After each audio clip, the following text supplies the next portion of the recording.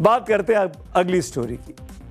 नेपाल की संसद से दिल्ली के पावर कॉरिडोर तक एक ऐसी सियासी हलचल जिसने काठमांडू से लेकर नई दिल्ली तक भूचाल ला दिया।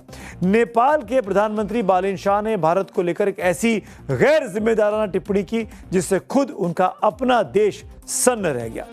लेकिन बालेन शाह के इस बड़बोलेपन के बीच हिंदुस्तान ने सबसे बड़ा कूटनीतिक दांव चल दिया है।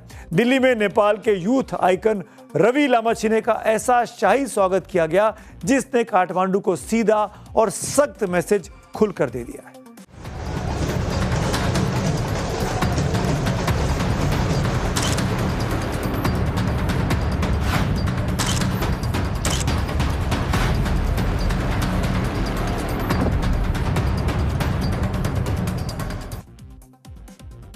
राजनीति में टाइमिंग ही सब कुछ होती है। एक तरफ नेपाल के प्रधानमंत्री बालेन शाह भारत के साथ सदियों पुराने रिश्तों पर सीमा विवाद का हथौड़ा चला रहे हैं, ठीक उसी वक्त दिल्ली ने नेपाल की राजनीति के यूथ आइकन और सत्ताधारी पार्टी के अध्यक्ष रवि लामछिने के लिए रेड कार्पेट बिछा दिया। बीजेपी अध्यक्ष, जो कि भारत की सत्तारूढ़ पार्टी है, देश की सबसे बड़ी पार्टी हो गई है, वो बीजेपी अध्यक्ष नितिन नवीन के न्योते पर रवि लामछिने दिल्ली आज पहुंचे हैं। ये महज एक सामान्य मुलाकात नहीं है, इसके सियासी मायने बहुत गहरे हैं। जरा स्वागत की तस्वीरों को ध्यान से देखिए। नेपाल के प्रधानमंत्री बालेन शाह की पार्टी आरएसपी के अध्यक्ष रवि लामछिने से जैसे ही दिल्ली में बीजेपी हेडक्वार्टर वो पहुंचे, वहां समा बांध दिया गया। ढोल नगाड़ों की थाप पर फूल उनके ऊपर बरसाए गए। पूरे डेलीगेशन का स्वागत बहुत दिल खोल कर किया गया। तस्वीरों से मैसेज बहुत क्लियर है, नेपाल की जनता के साथ भारत हमेशा खड़ा है। नेपाल की सबसे बड़ी पार्टी और भारत की सबसे बड़ी पार्टी आपस में मिल रही है, बातचीत कर रही है, दोस्ती निभा रही है, मैत्री के संबंध नहीं खोल रही है। रवि लामछिने, जिन्हें नेपाल की राजनीति का सबसे बड़ा क्रांतिकारी चेहरा माना जाता है, आज वो दिल्ली में भारत के टॉप लीडरशिप के साथ टेबल पर बैठे हैं।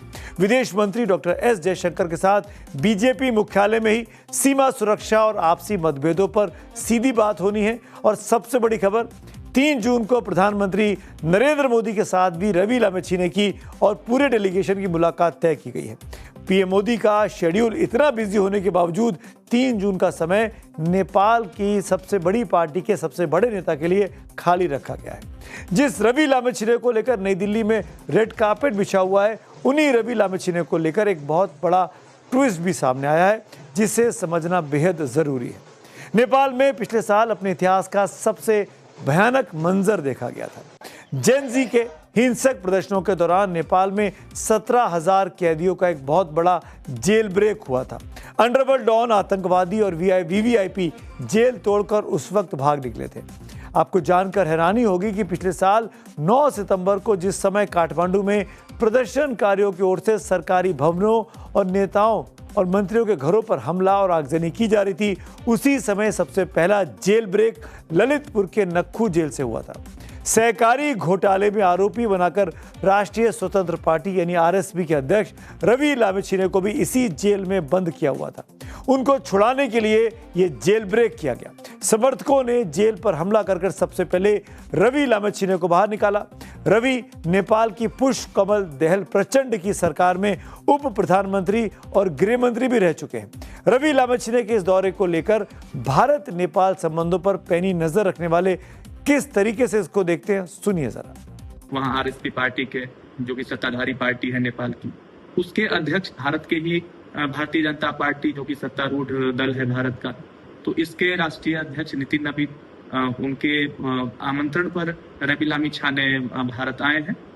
तो ये एक एक्सचेंज जो है, ये एक्सचेंज होता रहा है, पार्टियों के बीच में होता रहा है। इसको कोई बहुत अधिक तूल देने की आवश्यकता नहीं है। और इसमें इस चीज को ऐसे देखना है कि ये दोनों जो राष्ट्र हैं, ये राष्ट्र कहीं ना कहीं एक ऐसे एथोस पे टिके हुए राष्ट्र हैं जो कि सनातन के मूल्यों से चलने वाले राष्ट्र हैं। नेपाल दुनिया का एकमात्र हिंदू राष्ट्र है। और अब बात करते हैं उस विवाद की जिसने बालेन शाह की कुर्सी हिला दी। नेपाल के प्रधानमंत्री बालेन शाह ने नेपाली संसद में खड़े होकर एक ऐसा दावा कर दिया था जिसकी उम्मीद किसी भी मैच्योर लीडर से नहीं की जा सकती। जैसे ही बालेन शाह ने बयान दिया, खुद नेपाल के भीतर मानो सियासी भूचाल आ गया। विपक्षी दल, पूर्व नौकरशाह, सीनियर डिप्लोमेट सब बालेन शाह पर टूट पड़े। नेपाल के राजनयिकों का कहना है कि बालेन शाह के इस गैर जिम्मेदाराना बयान ने अंतर्राष्ट्रीय स्तर पर काला पानी और लिपुलेख जैसे मामलों पर नेपाल के सालों पुराने दावों को कमजोर कर दिया है। हालत यह हो गई कि नेपाल के विदेश मंत्रालय को खुद आकर अपने प्रधानमंत्री के बयान पर सफाई देनी पड़ी।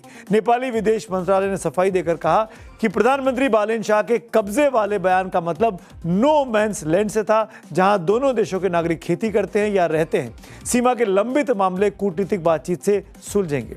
सोचिए, किसी देश का प्रधानमंत्री संसद में बयान दे और उसी देश का विदेश मंत्रालय को डैमेज कंट्रोल करना पड़े। इससे ज्यादा किसी प्रधानमंत्री के लिए शर्मिंदगी और किरकिरी की बात क्या हो सकती है। नेपाल के पीएम बालेन शाह के बयान के बाद भारत के विदेश मंत्रालय ने बेहद सख्त रुख अपनाया।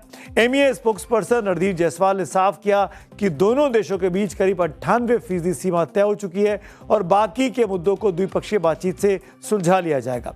भारत ने दो टूक शब्दों में चेतावनी दी कि इस मामले में किसी भी तीसरे देश का हस्तक्षेप स्वीकार नहीं है। हमने सीमा संबंधित सभी मामलों से निपटने के लिए द्विपक्षीय तंत्र स्थापित किए हैं। सभी संबंधित पक्षों को यह स्पष्ट होना चाहिए कि भारत और नेपाल के बीच जो भी द्विपक्षीय मामले हैं उसमें किसी तरह से तीसरे पक्ष की कोई भूमिका नहीं है।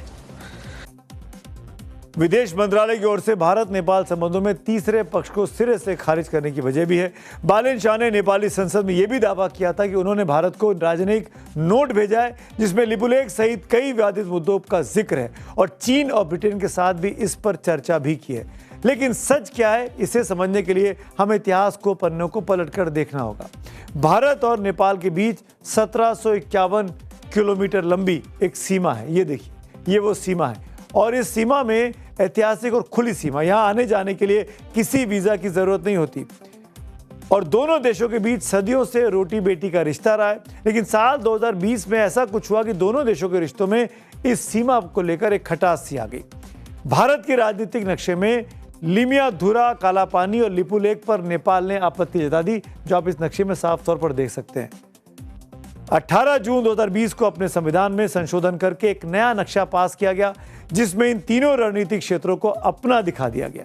नेपाल का तर्क है कि महाकाली यानी शारदा नदी का स्रोत लिपुधरा है, जो 1850 और 1856 के नक्शे और सुगौली की संधि के आधार पर काला पानी नेपाल का हिस्सा है, जबकि भारत 1875 के ऐतिहासिक नक्शे को मानता है जिसमें महाकाली नदी का उद्गम स्थल काला पानी के पूर्व में है, यानी ये इलाके हमेशा से भारत के रहे। दोनों देशों के बीच तनाव तब और बढ़ गया जब भारत ने पवित्र मानसरोवर यात्रा को आसान बनाने के लिए लिपुलेख दर्रे तक जाने वाली एक बेहद महत्वपूर्ण बॉर्डर रोड का उद्घाटन कर दिया। नेपाल ने आरोप लगाया कि भारत ने उसकी 22 किलोमीटर जमीन पर कब्जा करके सड़क बना ली है। सिर्फ यही नहीं, बिहार सीमा के पास सुस्तक क्षेत्र का विवाद भी दशकों पुराना है, जहां गंडक नदी के रास्ते बदलने के कारण आज भी जमीनी विवाद दोनों देशों के बीच बना हुआ है। कार्यक्रम के आखिर में आ गया हूं, बात करूंगा पब्लिक व्यू की। अरुण विजय साहब का पोस्ट है, टीएमसी में ममता बनर्जी के अलावा कोई और नेता नहीं जिसे लोग जानते हो। नया गुट बनाना बागियों को तात्कालिक लाभ देगा, लेकिन इससे भविष्य की लड़ाई में तृणमूल मजबूत होगी। अगला पब्लिक व्यू है सीबीएसई के ऊपर ऋषभ मिश्रा का। सीबीएसई मामले में कथित तौर पर जिम्मेदारी केंद्र सरकार की है और इस मुद्दे पर शिक्षा मंत्रालय को छात्रों को चीजें स्पष्ट करनी चाहिए, क्योंकि जब छात्रों को अपनी शिक्षा के लिए लड़ना पड़ता है तो उस देश की शिक्षा लड़खड़ा जाती है। नीट परीक्षा इसका उदाहरण है। तो आज मेरे साथ इतना ही। अब आपसे कल मुलाकात होगी, तब तक के लिए शुभ रात्रि।